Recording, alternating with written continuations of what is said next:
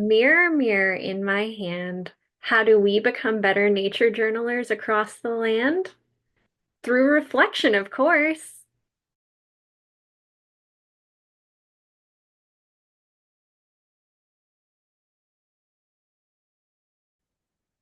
Hello, and welcome to another episode of the Northwest Naturalist Notebook.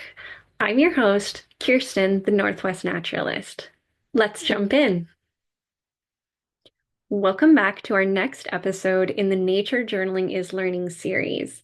This time, we're going to talk about R is for reflect.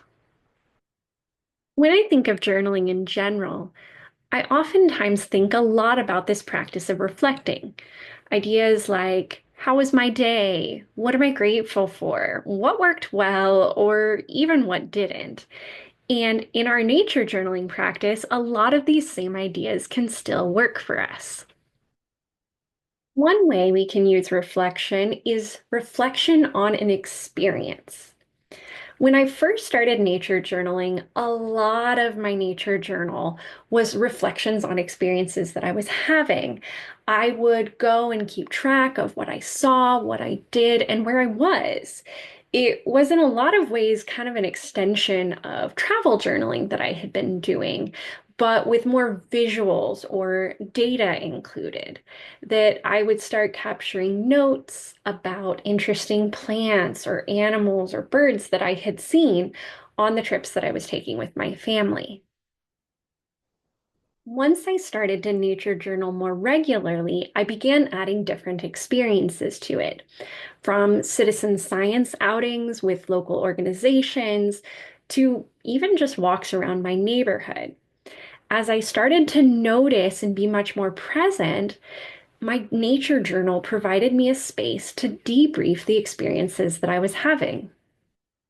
The more I nature journaled, the more I realized the positive effect of being outdoors and being present was having on me.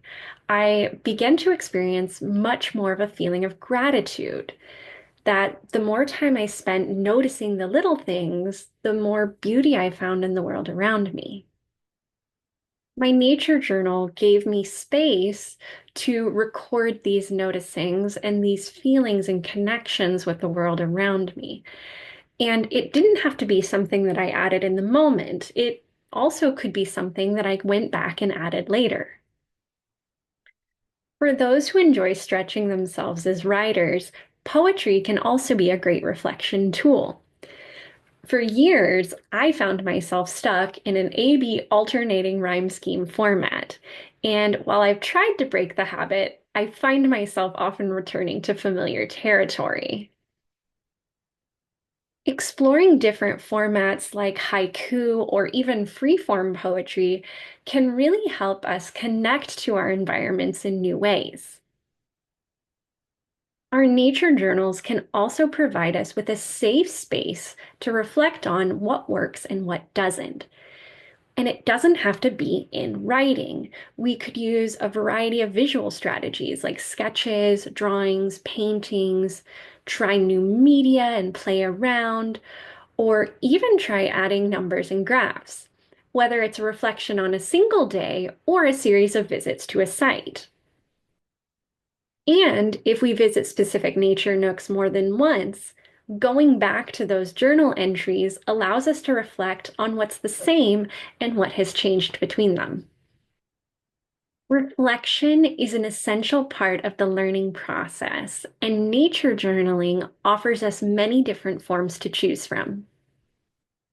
That brings us to this episode's challenge, which is to try a new reflection technique in your nature journal, whether it's exploring a new medium, adding a poem to an entry, or even just jotting a quick note about something you were grateful for while exploring a favorite nature nook. So, until next time, this is Kirsten, the Northwest Naturalist, wishing you happy exploring.